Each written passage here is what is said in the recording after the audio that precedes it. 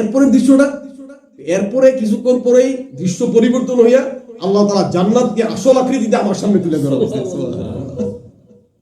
হুজুর বলেন যে আমি দৌড়ে গেছিলাম একটা আঙ্গুরের থোড়া ধরার জন্য। সুবহানাল্লাহ, আঙ্গুরের কি করতে চাইছিলাম? ধোকা। পরে মনে হইলো যে না, এটা যদি আমি ধরি, তো যদি ধরতাম কিয়ামত তাক এই আঙ্গুর তোমরা খাইয়া শেষ করতে পারতাম। কারণ কি, জান্নাতের আঙ্গুর একটা ছিড়বেন সাথে সাথে 10টা বের হবে। সুবহানাল্লাহ, এটা শেষ হবে কিন্তু আমার উম্মত কিয়ামত পর্যন্ত খাইয়াও কি করতে পারতো না। কিন্তু কেন ছিল না? উলামায়ে কেরাম ব্যাখ্যা করছে যে যেহেতু এটা গায়েবের জিনিস। কি জিনিস? আজকে আমাদের ঈমানটা দাবি কেন? ঈমান বিল গায়েবের কারণে। যদি আল্লাহ তাআলাকে দেখতাম, জান্নাত দেখতাম, তাহলে ঈমানের কোনো দাম। যালিকাল কিতাবু লা, কি বলছে, লা রাইবা হুদাল লিল মুত্তাকিন আল্লাযিনা ইউমিনুনা বিল গায়ব। দেখছেন, এই যে আল্লাহ তাআলা বলে দিয়েছে আল্লাযিনা ইউমিনুনা বিল গায়ব, তারা গায়েবের উপর কি করে? না দেখে বিশ্বাস করে। দেখছেন, ওয়া আম্মা মান উতিয়া কিতাবাহু বিশিমালিহি, দুনিয়াতে নামাজ পড়ে নাই, কি পড়ে নাই? দুনিয়াতে নিজের মারে দেখে নাই, শুধু ডিশ দেখছে, শুধু হারাম দেখছে। বিশিমালিহি ফায়াকুলু ইয়া লাইতানি, তারা চিৎকার দিবে, ইয়া লাইতানি লাম উতা কিতাবিয়া, যদি আমাকে আমলনামা কি চিৎকার দিবে, লাম উতা কিতাবিয়া ওয়া লাম আদরি মা হিসাবিয়া, এরা কাঁদতে থাকবে, হায় যদি আমার কিনে না হইতো, ওয়া লাম আদরি মা হিসাবি। এরপর কি, ইয়া লাইতাহা কানাতিল কাদিয়া, হায় যদি মওতটাই আমার শেষ হয়ে যেত। এটা আফসোস, মওতের পরে যদি আর কোনো জীবন না থাকতো, মওতটা যদি শেষ হয়ে যেত। এরপরে কি, মা আগনা আন্নি মালিয়া, হায় আমার 1000 কোটি টাকা কোনো কাজে, কি ভাই কাজে আসলো? এই দুনিয়াতে থেকে যাবে। হালাকা আন্নি সুলতানিয়া, বলছে আমার রাজত্ব আমার কোন কাজে, রাজত্ব আমাকে আরো ধ্বংস করে দিচ্ছে। এই মন্ত্রী ছিলাম, এমপি ছিলাম, এটা ছিলাম, ওইটা ছিলাম, কিন্তু কি পড়ি নাই? নামাজ পড়ি না।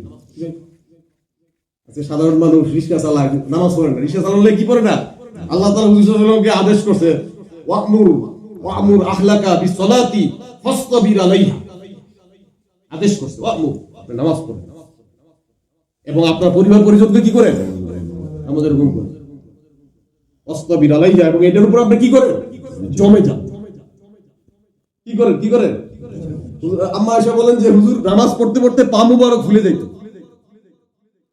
কি বলো? আমার এক সাথী আছে, ডেইলি 200 রাকাত পড়ে বলে। আমি গুছাই গুছাই বাইর করছি, আমি সারা দিন নামাজ পড়েন, কয় রাকাত? তো ভাই একদিন আমার নওগাঁ সফরে একটা প্র্যাকটিস করছিলাম, ওলামায়ে কেরাম বলে হুজুর সাল্লাল্লাহু আলাইহি ওয়াসাল্লাম পা ফুলে যাইত। আমি কয়েক রাত পড়ছি, পা ফুলে না, কঠিন ব্যাপার। এটা বুঝছেন? আমি কইরা দিয়েছি, সারা রাত দাঁড়ায় থেকে দিয়েছি, পা কি হয় না? হুজুর সাল্লাল্লাহু আলাইহি ওয়াসাল্লাম পা মুবারক ফুলে যেত। নামাজের মধ্যে কাঁদতে থাকতেন, দাঁড়াইতেন, শুধু কাঁদতেন। আমাদের অবস্থা, আল্লাহ তাআলা বলছে যে তোমরা যদি রহমানের বান্দা হইতে চাও, ওয়া ইবাদুর রহমানিল্লাযিনা ইয়ামশুনা আলাল আরদি হাওনা ওয়া ইযা খাতাবাহুমুল জাহিলুনা ক্বালু সালাম। রহমানের বান্দা কারা জানো? যারা জমিনের মধ্যে কেমনে হাঁটে। আমার এক উস্তাদ রে নারায়ণগঞ্জে গেছিলাম, কুমিল্লা। আমি দেখলাম দেবন থেকে ফারে এক কাসিম, আমি দেখলাম হাঁটে কেমনে। আমি পুরা কুমিল্লা সফরে ওনার হাঁটাটা দেখলাম। আমি দেখলাম যে হুজুর সাল্লাল্লাহু আলাইহি ওয়াসাল্লাম যেভাবে হাঁটতেন, উনিও সামাইলের মধ্যে যেভাবে লেখা, উনি এইভাবে হাঁটেন, সামনের দিকে ঝুঁকে হাঁটেন। সামনের দিকে একটু ঝুঁকে হাঁটেন। হুজুর সাল্লাল্লাহু আলাইহি ওয়াসাল্লাম হাঁটতেন কিভাবে? যেভাবে পাহাড়ের উপর থেকে মানুষ নামলে যেভাবে একটু এইভাবে হাঁটেন। ইবাদুর রহমানিল্লাযিনা ইয়ামশুনা আলাল আরদি হাওনা, ওই নরম ভাবে হাঁটে। রহমানের বান্দারা কেমনে হাঁটে? নরম, একেবারে নরম, বিনয়ী। আমি কিচ্ছু না। 18 সালে আমার প্রথম সবক দিছে। আমি আমার পুস্তকান্য হুজুর, আমরা খুলনা হুজুরের কাছে গেছি। আমি হুজুর এবে আপনার সাথে রাখবেন।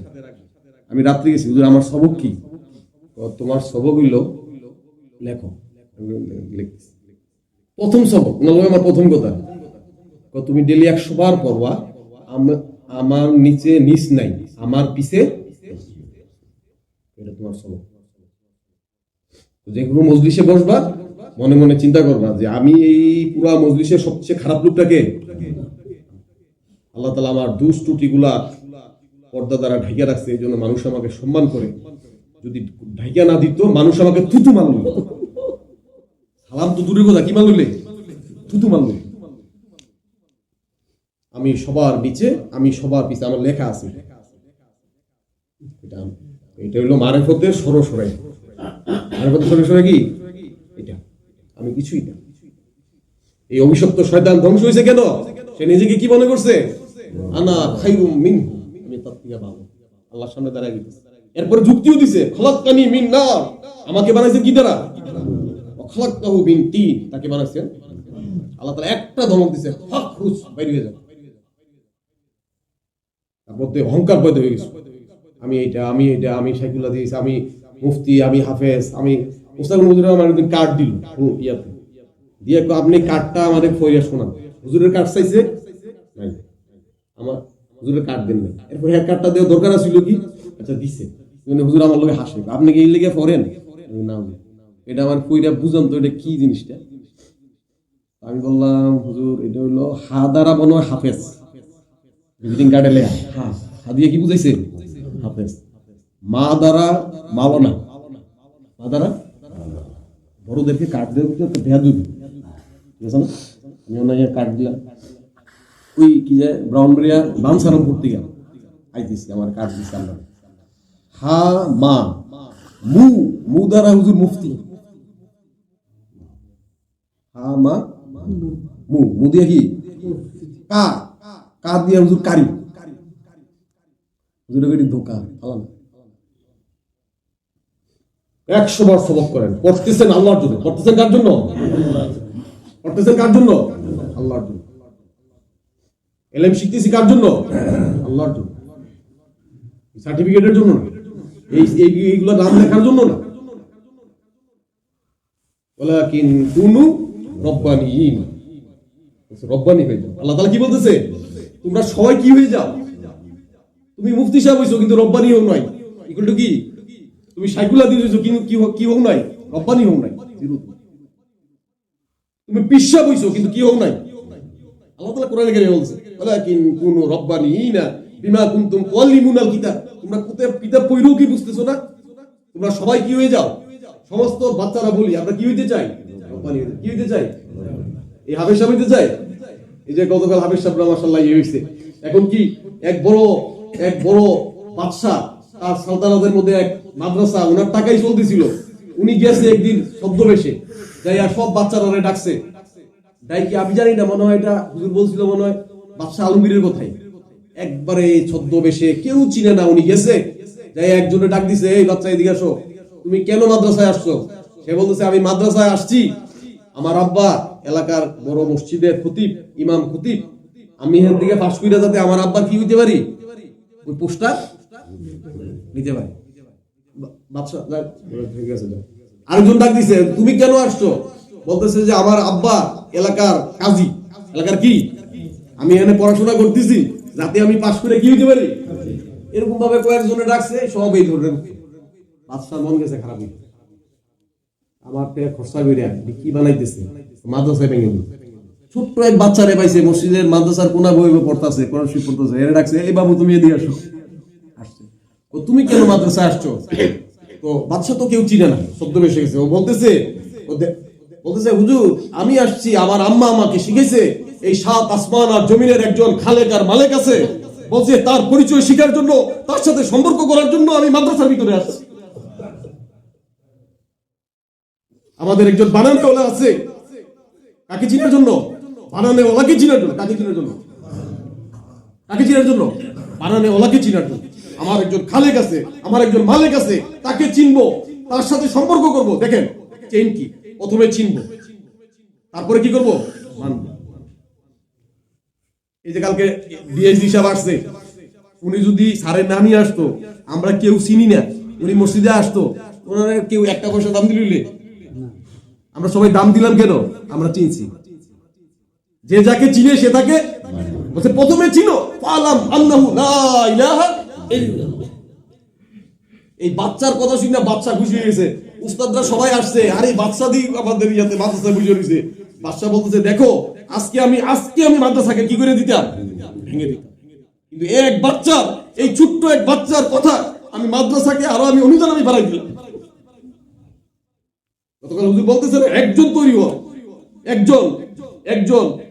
একজন মাহমুদুল হাসান এদিকে বসছে, আরেকজন সামনে বসছে, সারা পৃথিবী আল্লাহ তাআলা আলোকিত করে দিচ্ছে। দারুল উলুম দেওবন্দ সারা পৃথিবী যত দিনের যত বাতি আছে, এই বাতির মেইন উৎস কোথায়? দাওয়াত তাবলীগের মেহনত বলেন, তাজকিয়ার মেহনত বলেন, ইয়ের মেহনত বলেন। আফগানিস্তানে যে এই সালতানাত বুলন্দ হয়েছে এটাও কি দারুল উলুম দেওবন্দেরই ফসল। দেখছেন এই পড়ার সুযোগ দেশ কালকে আমি দাঁড়াইয়া যদি সারা আমার সুযোগ দিতে হবে, আরে এইটা এই যে হাফেজ হেফজ করলেন, এখন হেফজ কইরা কি করতে হবে? কাকে চিনতে হবে? আল্লাহকে চিনতে হবে। এবং ওনার সাথে কি করতে হবে? সম্পর্ক করতে হবে। কালকে সাহেব বয়ান করছে না, বয়ান তো করে নাই, মনে হয় কলিজা ফেরে ফেলছে। আমার কালকে বয়ান কি করছে? কলিজা ফেরে ফেলছে, কলিজা ফেরে ফেলছে। আল্লাহকে চিনো, আল্লাহর সাথে সম্পর্ক করো। তুমি ধোকার পিছনে পড়ো না। ইয়া আইয়ুহাল ইনসানু মা গাররাকা বিরাব্বিকাল কারীম। আল্লাহ আফসোস করে বলছে, কোন জিনিস তোমাকে ধোকা দিচ্ছে? তুমি আমার সাথে সম্পর্ক করতেছো না, তুমি মাটির সাথে সম্পর্ক করতেছো, তুমি মন্ত্রীর সাথে সম্পর্ক করতেছো, তুমি এমপির সাথে সম্পর্ক করতেছো। কিন্তু আমি 7 আসমানের মালিক, 7 জমিনের মালিক। আমার দিকে দৌড়ে আস, ফাফিরু ইলাল্লাহ, ফাফিরু। এই যে দুই দিকে, একদিক একদিক। ডান দিকলা যাবে জান্নাতে, বাম দিকলা যাবে।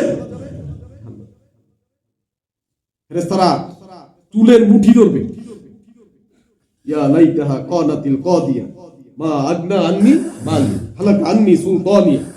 এরপরে কি বলবে? আল্লাহ তাআলা বলবে আমার অনেক মুরগি খাওয়াইছেন, গরুগুলা বাইন্দা দুধটি তররে খাওয়াইছে। গরু সারা রাত, গরুর বাচ্চা এনে একটা রশি লাগাই কি করে? গরুর বাচ্চা কিন্তু সারা রাত মারে ডাকে, আম্মা আমার খিদা লাগছে, পিপাসা লাগছে। দেখেন কেন আল্লাহ তাআলা পরে এটা বলবে। গরুর বাচ্চা কিন্তু মারে কি ডাকে? যে আম্মু আমার কি লাগছে, পিপাসা লাগছে। কিন্তু গরু বলে যে এই এরা খাওয়ার পরে কিছু থাকলে তুমি খাবা, কিচ্ছু করার নেই। লাকাদ কাররামনা বানি আদম। আল্লাহ তাআলা বলে মানুষকে আমি সম্মানিত করছি, বানি আদম ওয়া হামালনাহুম ফিল বাররি ওয়াল বাহরি। জলে এবং স্থলে তাদের জন্য বাহনের ব্যবস্থা করে দিয়েছি। ওয়া রাযাকনাহুম মিন তাইয়্যিবাতি, এবং তাদের জন্য আমি উত্তম খাবারের ব্যবস্থা করছি। এত কিছু করার পরে তোরা আমাকে সিজদা করলি না।